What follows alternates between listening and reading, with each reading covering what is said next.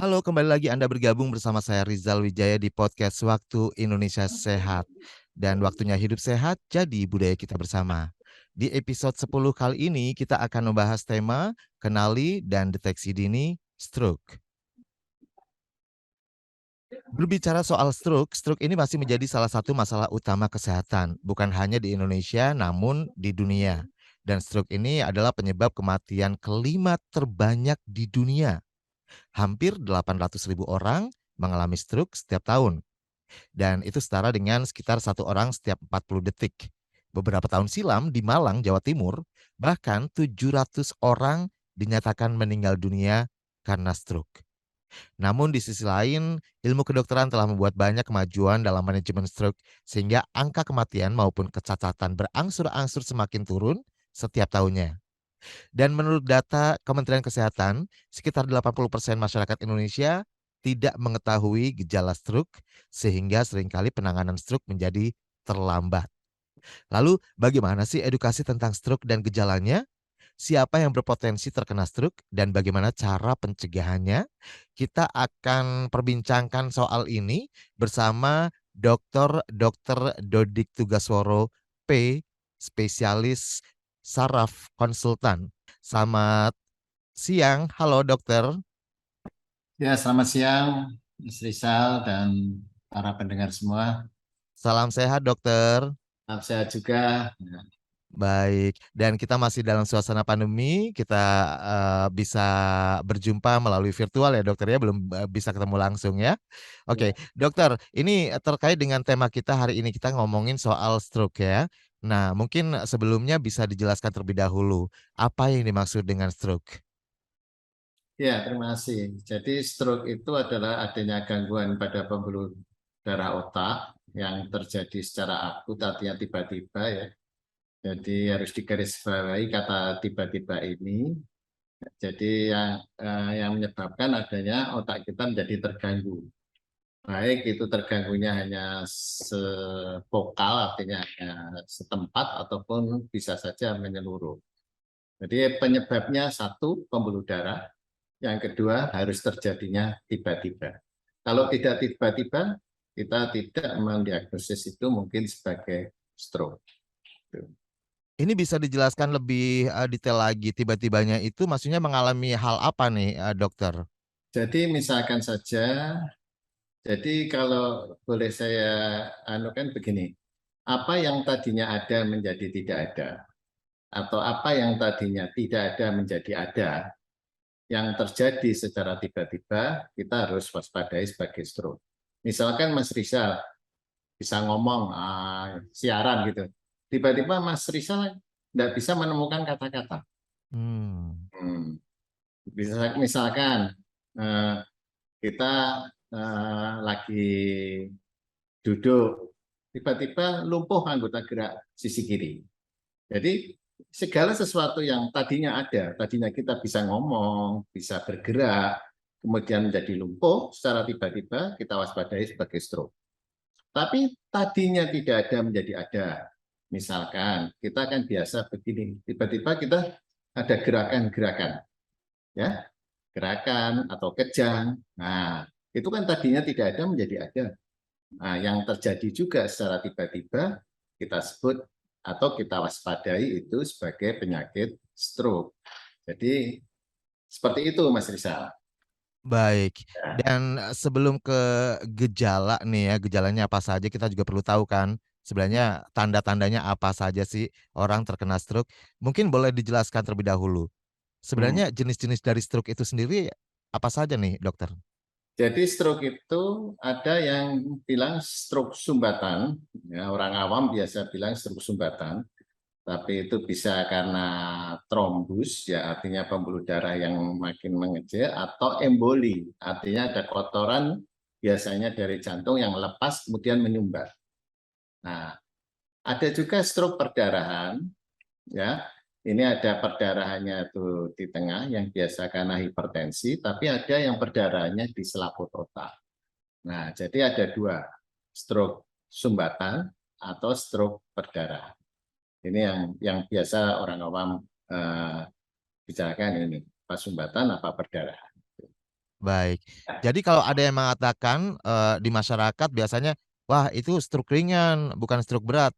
Itu sebenarnya bukan jenis-jenis stroke itu ya, dokter? Ya, jadi mungkin stroke ringan yang dimaksud mungkin adalah mini stroke atau TIA ya mungkin ya. Jadi Mmm, itu jadi stroke kalau berdasarkan waktu itu dibagi jadi 4. Ada yang disebut TIA atau transient ischemic attack, itu stroke yang terjadi misalkan jam 7 pagi kena stroke, jam 12 sudah sembuh dan belum dikasih obat. Ya, artinya dia sebelum 24 jam dia akan sembuh sendiri. oh itu masuk kategori stroke juga ya, Dok? Ya, tapi itu harus ke rumah sakit juga, bukannya nggak ke Mmm, rumah sakit. Ya. didiagnosa tetap ya? Ya. Kemudian yang stroke yang kita sebut dengan RIND, Reversible Ischemic Neurodeficit. Itu dari 24 jam sampai berapa minggu. Ya, mungkin sekitar 3 mingguan. Nah, itu dia bisa sembuh sendiri.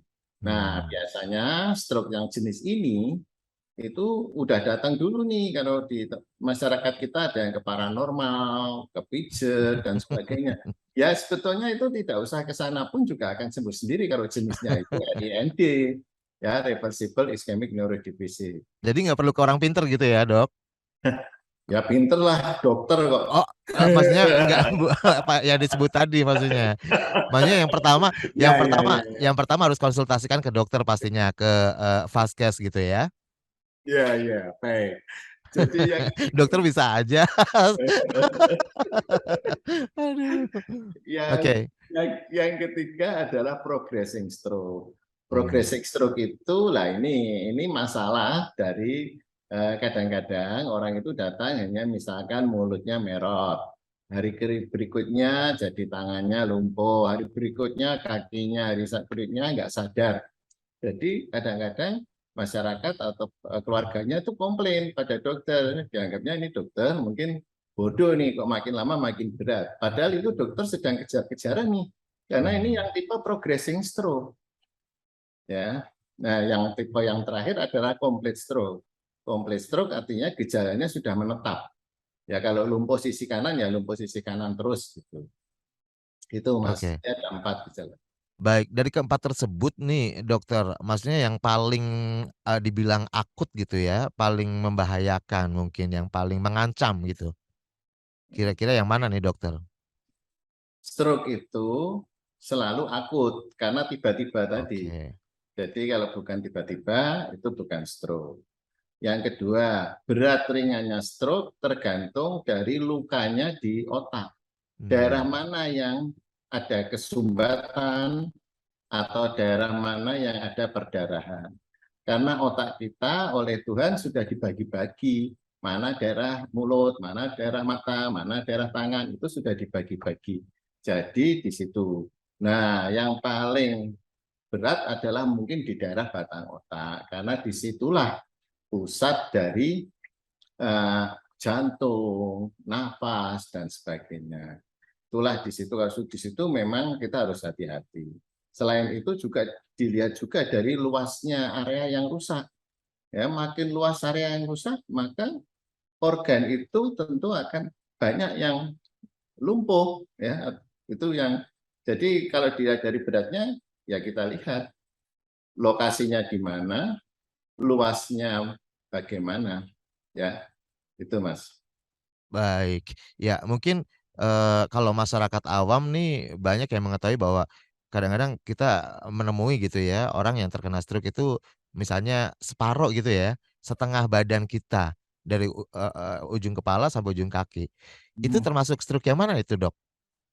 Ya itu, jadi kalau separuh badan biasanya kan itu berarti di lawannya, artinya otak kita ya misalnya separuh badan kanan, Mhm. berarti otak kita sisi kiri yang kena.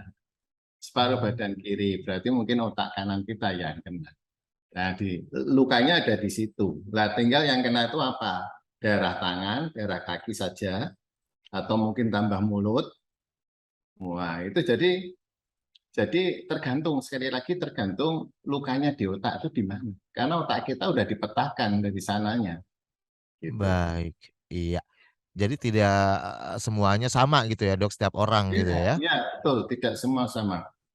Baik. Ya, Dan, berbicara soal risiko, ini siapa sih sebenarnya yang paling berisiko terkena stroke? Apakah termasuk juga anak-anak muda yang mungkin usianya masih tergolong produktif gitu ya?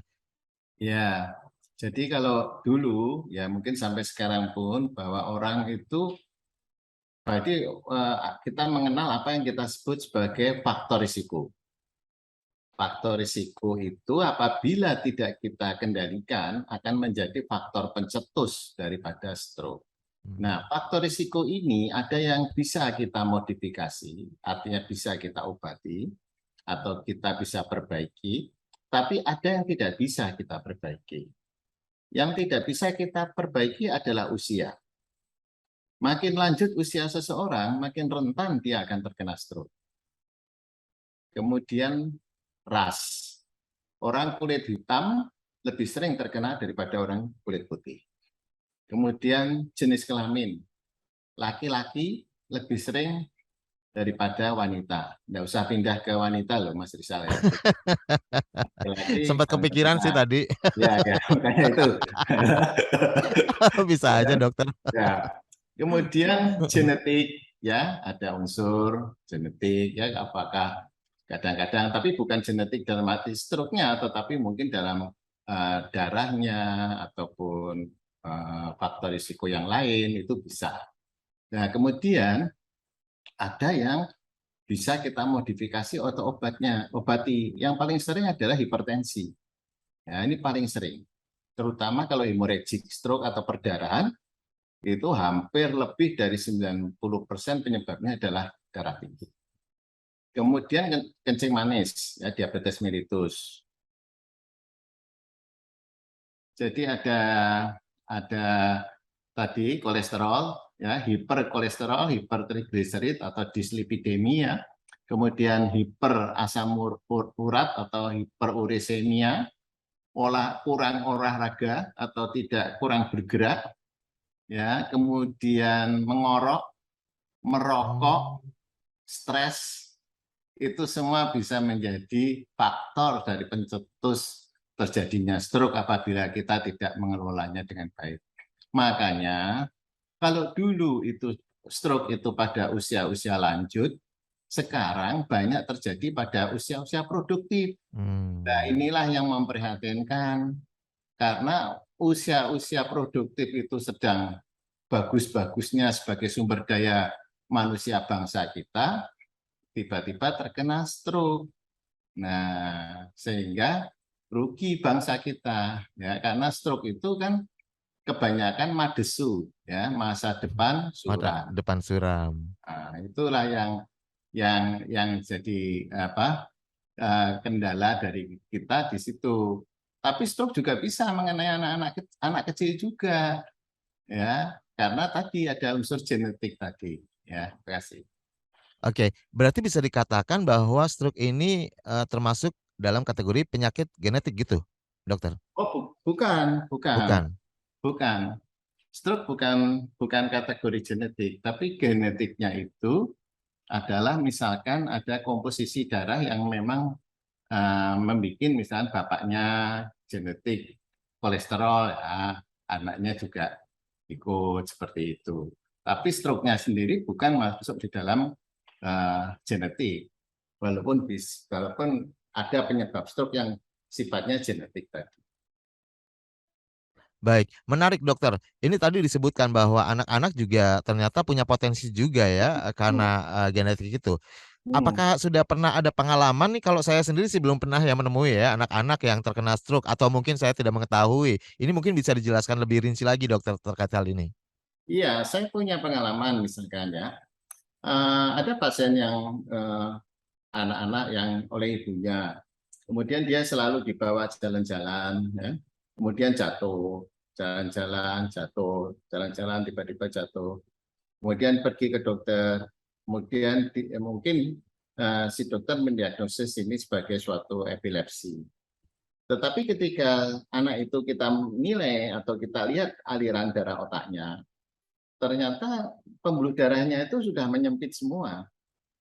Nah, ketika kita pakai MRI, MRA begitu, kelihatan sekali bahwa memang itu dia ada penyempitan dari pembuluh darahnya. Nah, Hmm.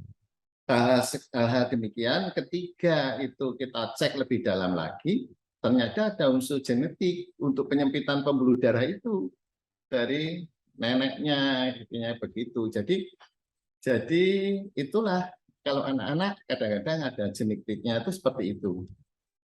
Oke. Dan menariknya lagi tadi salah satu faktor penyebabnya adalah karena gaya hidup gitu ya. Gaya Ya. hidup termasuk merokok, kemudian juga habit mengorok gitu ya. Merokok dan mengorok susah membedakan. Ini mengoroknya ini ada intensitasnya atau seperti apa sih, Dok? Maksudnya hitung-hitungannya seperti apa? Orang yang berpotensi besar terkena stroke, apakah yang ngoroknya benar-benar setiap tidur ngorok atau pas capeknya aja ngorok atau gimana sih? Ya, sebetulnya ini kan menyangkut dari posisi dari leher dan sebagainya ya. Jadi kalau orang gemuk atau tidak dan sebagainya. Jadi kalau dia untuk mengorok, nah itu sebetulnya kaitannya dengan ada penyakit yang ada yang kita sebut dengan sleep apnea ya. Tiba-tiba dia diem gitu. Hmm. Apa menggeh-menggeh gitu ya Oh, napasnya tiba-tiba ketika dia tidur. Nah itu potensi sekali untuk dia menjadi suplai oksigen dan sebagainya ke otak kita itu menjadi berkurang. Itulah yang sebetulnya mengorok, sleep apnea itu menjadi penyebab daripada stroke ini. baik. Nah, kalau perbedaan gejala-gejala antara stroke sumbatan dan juga stroke perdarahan itu seperti apa? Apakah sama gejalanya atau beda nih, dokter? Gini, kalau stroke sumbatan dan perdarahan, jadi gini, kalau stroke sumbatan itu semua sama, perdarahan dan sumbatan itu sama, semua adalah mendadak. Ya. Kemudian biasanya ya ini jadi kalau kita biasanya kalau stroke sumbatan itu pada saat istirahat. Misalkan pada saat kita duduk-duduk gitu ya. Tapi kalau stroke perdarahan biasanya pada saat aktivitas, misalkan saat kita tenis ya seperti itu. Nah, sedangkan stroke sumbatan itu biasanya mempunyai faktor risiko kayak diabetes, ya seperti tadi ya hipertensi dan sebagainya. Sedangkan stroke perdarahan biasanya faktor risikonya hanya hipertensi. Nah, kemudian yang lain adalah bahwa kita harus untuk membedakan adalah memakai CT scan. Ya. Selain kita mempunyai dokter mempunyai scoring-scoring, ya scoring-scoring. Jadi ada beberapa scoring. Kalau kita tidak punya alat CT scan, kita bisa gunakan scoring. Tapi kalau kita punya alat CT scan, itu gold standar. Artinya itu adalah standar untuk melihat membedakan apakah ini stroke perdarahan atau ini stroke sumbatan. Jadi seorang dokter untuk menentukan gold standard stroke perdarahan sumbatan ditentukan dari pemeriksaan CT scan-nya itu. Oke, Itu. baik. Dan ini kan stroke bisa dicegah gitu ya, Dok ya? Ya, Bisa. Nah, kira-kira nih seperti apa pencegahan stroke ini agar tidak semakin apa ya, apa namanya, kita tetap bisa waspada maksudnya gitu loh? ya, jadi tadi sudah disampaikan mengenai faktor risiko stroke. Jadi kita kalau mempunyai hipertensi, mesti kita harus kontrol hipertensi. Kalau kita punya kencing manis, kita harus kontrol juga kencing manis. Ya. Artinya bahwa kita itu harus pola hidupnya harus sehat. Hmm. Ya. Saya selalu bilang bahwa kita hidup 3 O 1 D. O pertama lakukanlah olahraga. Paling enggak 15-30 menit lah tiap hari. O kedua olah seni. Nyanyi-nyanyi, pelihara tanaman, pelihara burung, apalah. Biarpun suaranya Ya, jelek nyanyi-nyanyi aja hati ya, harus Dok. senang. Nggak apa-apa, paling paling kan di kamar mandi. Hmm. Ya. Kemudian Oh, ketiga olah jiwa. olah jiwa. Sabar, nggak kemrungsung. Apa ya bahasa Indonesianya Enggak kemrungsung itu ya? enggak ini, enggak Ah, terburu-buru. Iyalah pokoknya nggak kurus itu ya. Terus yang berikutnya adalah diet ya, diet tadi ya. Jadi tidak, kalau yang kena kolesterol ya kolesterolnya jangan makan yang berlemak-lemak ya. Nah, kalau punya kencing manis ya jangan pakai gula yang murni dan sebagainya. Jadi saya rasa yang penting adalah kalau kita ingin mencegah ya pola hidup sehat itu. Ya, banyak makan sayuran, banyak makan buah ya. Itu Kementerian Kesehatan punya germas, Hmm, ya kan? Itu juga bagus itu untuk mencegah. Itu sebetulnya untuk mencegah. Karena kita penyakit-penyakit yang menyebabkan stroke itu termasuk silent. Kita nggak akan tahu apa kita itu kolesterolnya tinggi kalau kita nggak ke laborat. Demikian juga kencing manis dan sebagainya. Itu kan silent, oke. nggak kelihatan penyakitnya. Baik. Nah, di masyarakat juga sering beredar, rumor gitu ya, ataupun mungkin, hoaks gitu, yang terkait dengan stroke ini. Misalnya saja, stroke itu kalau orang udah kena stroke udah deh, nggak bakal selamat katanya gitu, nggak bisa diobati. Betul nggak sih Dok itu Dok? Faktanya seperti apa? Iya, jadi begini, kalau ada serangan stroke, itu harus segera ke rumah sakit, ya. Bukan ke tempat praktek dokter, ke rumah sakit. Dan syukur-syukur rumah sakit itu mempunyai CT scan. Tadi ya, seperti yang saya bilang tadi, dia langsung bisa mendiagnosis sumbatan ataupun perdarahan. Nah, kita repotnya itu rumah sakit, repotnya masyarakat kita itu belum banyak yang sadar mengenai hal ini. Bahwa waktu kita untuk datang ke rumah sakit itu cuman 4,5 jam obat harus sudah bisa masuk. Artinya orang harus datang ke rumah sakit itu kurang dari 4,5 jam. Nah, repotnya kan di masyarakat kita banyak itu kalau kena stroke, yuk dicoblos, keluarin darah dari tangan, ya kan? Mmm. Atau kena stroke, dibentak-bentak, suruh bangun sendiri. Ya, yuk bangun, bangun. Nah, mana bisa orang kena ludah lumpuh suruh bangun ya. Dan yang repot lagi, misalkan Mas Rizal tinggal di Jakarta kan. Nah, kalau di Jakarta, repotnya lagi adalah masalah lalu lintas macet. Bagaimana mencapai akses rumah sakit itu dalam waktu kurang dari 4,5 jam tadi. Karena ketika dia itu 4,5 jam, kemudian kita lihat dengan CT scan dan kita lihat bahwa itu ada stroke sumbatan, kita ada obat yang bisa melepaskan sumbatan itu. Mmm. Ya, ini semua rumah sakit besar di Indonesia sudah bisa melakukan ini. Kalau kita lebih dari 4,5 jam itu, maka kita bisa melakukan intervensi neurologi, ya, seperti kayak kateter, seperti dan sebagainya, atau masukkan zat lewat arterial. Ya. Nah, di situ itu kita masih bisa intervensi itu. Nah, kalau lebihnya lagi, mungkin kita hanya bisa mengendalikan faktor risiko dan memberikan obat, tapi tidak. Jadi kalau makin cepat seseorang itu sampai rumah sakit, itu makin baik. Ya, makin baik untuk outcome-nya. Tetapi kalau lambat, late, nah kerusakan di otak kita itu nggak bisa, itu kurangnya menit udah menit itu. Ya, makin Mmm. lama makin yang rusak akan makin berat, makin cepat.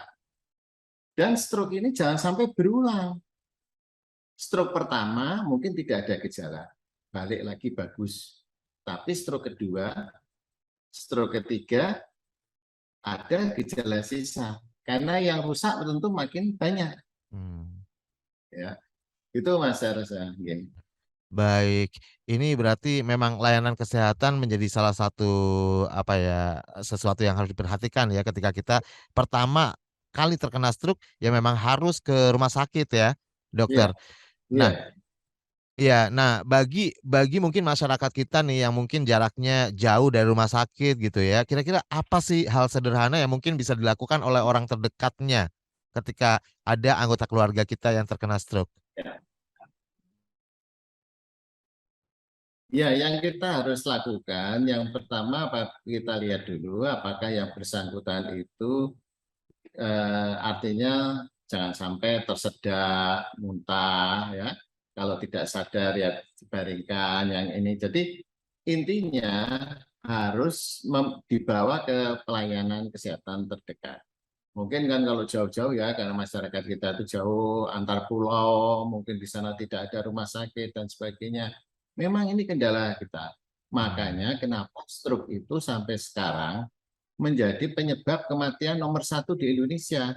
Ini bertahan loh sejak tahun 2009 atau apa ya, sampai sekarang itu masih bertahan nomor 1 penyebab kematian. Ini menjadi PR kita semua, karena Betul. fasilitas kesehatan kita juga masih kurang di daerah-daerah, letak demografis kita juga sulit.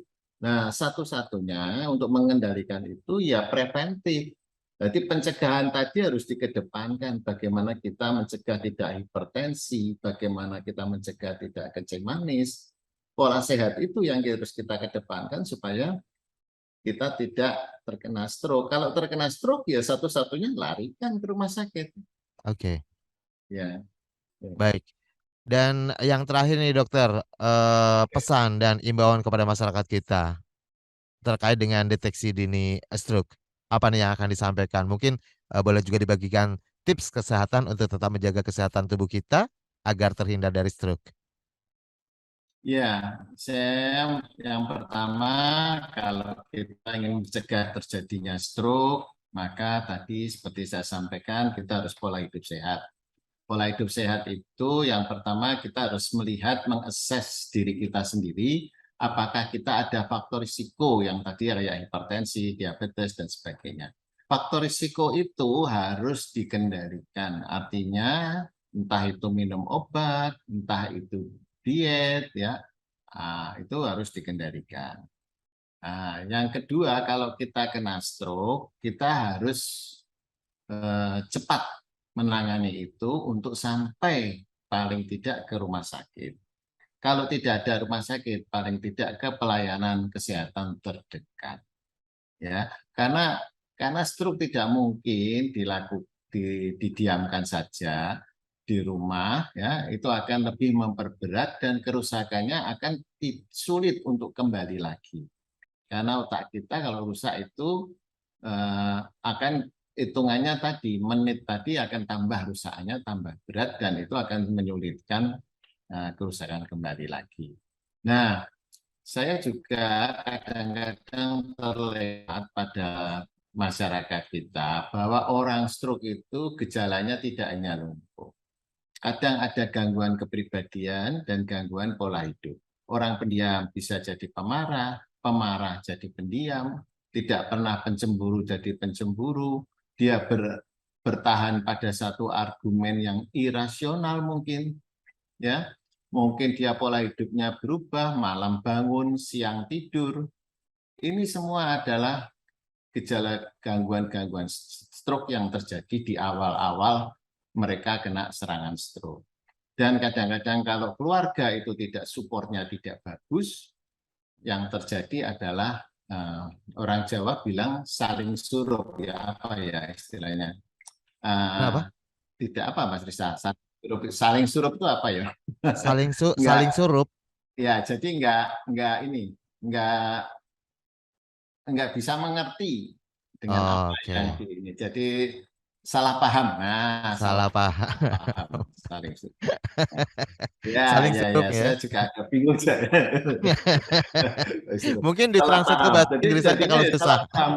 Ya, salah paham. Jadi salah paham. Nah, itu yang kadang-kadang terjadi di keluarga. Ya, Oke. jadi kunci keluarga terhadap penderita stroke. Bagaimana kita hidup dengan penderita stroke adalah bagaimana kita bisa berempati pada penderita stroke itu. Selain itu, juga kalau ada penderita stroke di rumah kita, jangan lupa kamar mandi, tangga harus dimodifikasi Hmm. supaya tidak terjadi orang stroke itu jatuh, terpeleset, dan sebagainya. Nah, saya rasa itu, Mas. Jangan lupa tadi 3O 1D. 3O 1D. Olahraga, Olahraga, olah seni, olah seni, dan olah jiwa, jiwa, serta dan diet ya? diet. Baik, sudah sangat lengkap sekali informasinya yang sudah dibagikan melalui podcast Waktu Indonesia Sehat episode kali ini dan terima kasih sekali Dr. Dodik Tugaswaro P, spesialis saraf konsultan atas informasi yang bermanfaat terkait kenali dan deteksi dini stroke. Ini sangat luar biasa informasinya dan mudah-mudahan tingkat kesadaran di masyarakat untuk mencegah stroke ini semakin tinggi ya dokter ya. Ya, amin. Ya, sekali lagi terima kasih atas waktunya dokter Ya, dan sama-sama. untuk Anda pendengar yang ingin mendapatkan informasi kesehatan, Anda dapat follow Twitter @kemenkes.ri atau radiokesehatan.kemkes.go.id. Dan Anda juga bisa mendengarkan podcast Waktu Indonesia Sehat di www.kbrprime.id dan platform mendengarkan podcast lainnya. Saya Rizal Wijaya harus pamit, terima kasih dan sampai jumpa. Salam.